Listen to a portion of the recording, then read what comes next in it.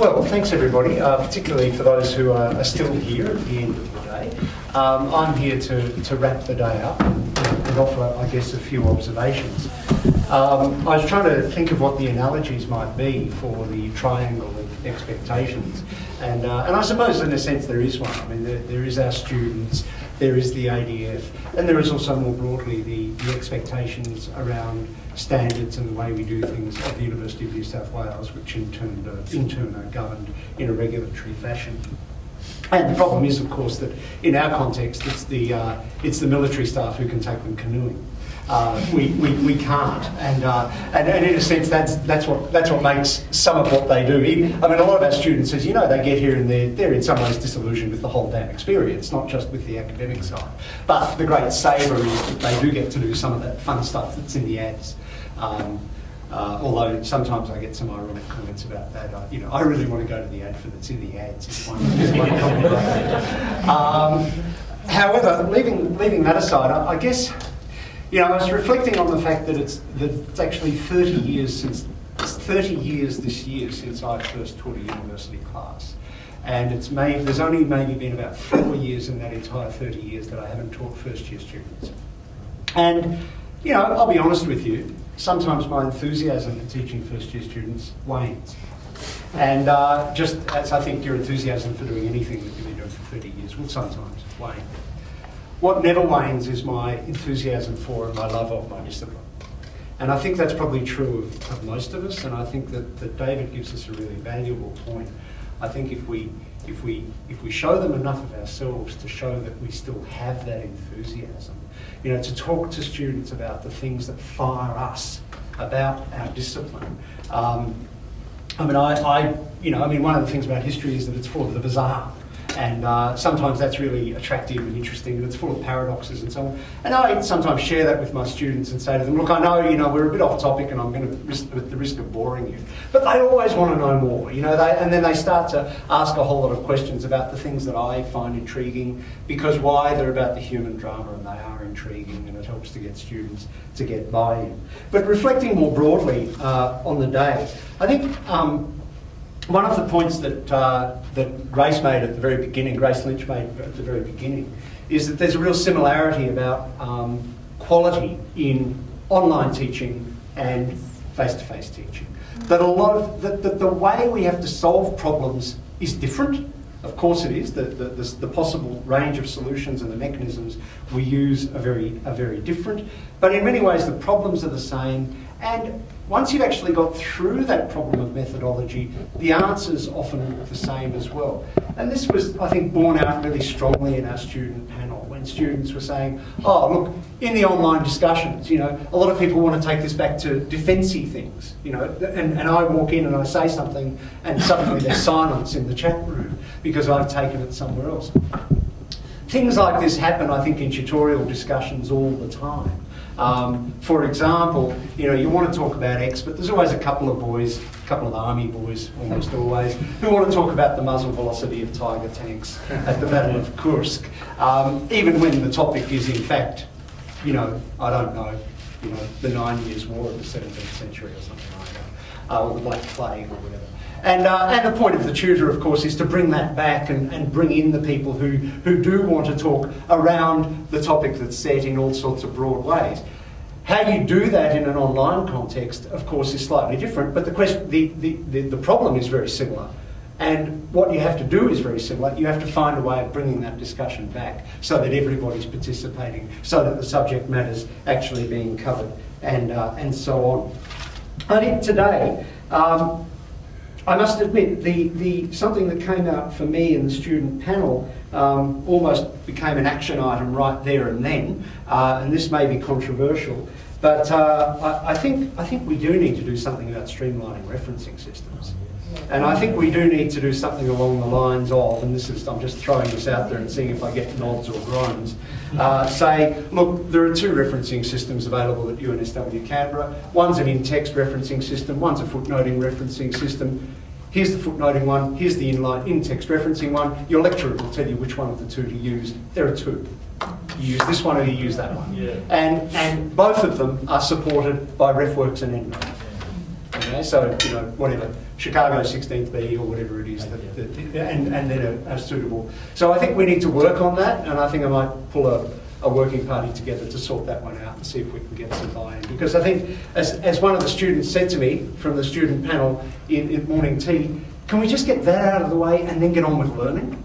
Rather than having people obsess over whether we use a system that requires the publisher's name or not in the bracket, and so on and so on. So I think we can hopefully do something about that. Okay, I think also that one of the things we learned, and at the moment we have a working party going trying to establish standards and benchmarks of minimum performance and standards for excellent performance or standards for good performance in distance education specifically. And we've broken that, we sort of started by breaking that into a grid around the different kinds of interaction. Student to student interaction, student to staff interaction, student to material / content interaction. And then identifying who has responsibility for each one. So look, there's our columns, and our rows are institutional level, faculty level, course level, and, program level and course level. And who has responsibility for that. So we're trying to develop that matrix and work out and identify how we're going to promote good standards and put a floor, if you like, under standards within the context of that grid. And it was interesting to hear both staff and students dwelling on those three different levels of interaction and posing some of the problems there. And it was actually instructive to the people who were on that working party, including myself. Also, the word from Grace Lynch this morning about thinking about what you're trying to do rather than thinking about the technology. I think that's so important. And again, we got that from the students. When you're designing an assessment task, don't dwell on well here's a tool that can do snappy things in group work. It's not it's the same. What's my learning objective? What's the assessment going to be like to achieve that learning objective? If the answer is a group assignment, then think about how it's going to work, and then ask about the tools. And the place to ask about the tools is FLT. FLT can point you to tools that you need to do the job you want to do. But in a sense, I'd emphasise that you work out what you want to do, and then you work out how you're going to do it. I think that's actually quite self-evident. Okay, I think we've got a lot of work to do on this campus. Hopefully it'll be positive and joyous work. A lot of work to do on a number of fronts. One, of course, is providing online tools to our students to scaffold their skills. I think this is so tremendously important. What we know, and what we're increasingly doing on this campus about scaffolding and enabling students' foundational skills, is we've got an increasing amount of engagement between academics in courses and the Academic Language and Learning Unit. And we know there's bucket loads of research that says this is the effective place to do this. It's in the context. It's not generic, it's in the context. And indeed, we got some feedback from the students this morning saying, we got all this generic stuff and it can help.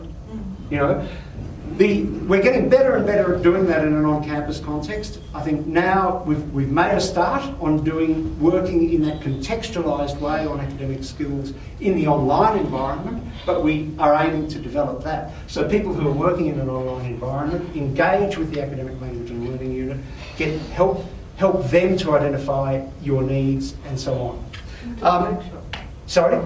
And come to the workshop tomorrow. Yes, absolutely, which I think will be fantastic. I've probably already offered enough comment on this afternoon's talks because we had a bit more time for questions and comments. I think that, again, we've got a lot of challenges in the first year environment. Paul Tranter and Eleanor Hancock are working very hard to try to develop our understanding of what our problems are, take them beyond the anecdotal level, work out systematic responses around diagnostics, systematic responses around what we actually do with the information we get from the diagnostics, which I believe will actually make UNSW Canberra a much richer educational environment. I want to thank everybody for... Actually, no, I just want to say one more thing before I stop. The other day, I was at a meeting with the Deputy Vice-Chancellor and the other Associate Deans Education. And the Deputy Vice-Chancellor, who is new, as you probably know, Ian Martin, wants to completely transform the way we go about quality assurance in learning and teaching at UNSW Canberra. Now, normally, of course, the correct response when you hear a DVC has had that thought is to shut up. That is normally the correct response. It's not the correct response on this occasion, because Ian wants to start from a really interesting premise. He wants to start from the premise that the default position is that all academics want to do a good job of learning and teaching, and probably are. That's the premise he wants to start from. So, in other words, he doesn't want to get, the sort of dead hand of regulatory control into everybody's course. He wants to actually report by exception when there are quality assurance issues, when we identify real problems, or, and he also wants to report on this, where we identify outstanding success, so that can be identified and shared and pooled, and people can be encouraged to share their ideas. Coming to this Learning and Teaching Day, looking at the number of staff here who wanted to contribute, looking at the number of staff here who wanted to contribute even to getting it organised, and looking at the number of staff who've actually attended and engaged, I actually think, this is absolutely true of this place. The default position is that everybody wants to do a good job. The default position is that pretty much everybody does most of the time. It's probably also that everybody has a sense that there must be some way I can do a slightly better job. That's what, things like Learning and Teaching Group, Learning and Teaching Day are here to try to help you do. Thank you very much for coming. I've got a lot out of it. I hope you have too.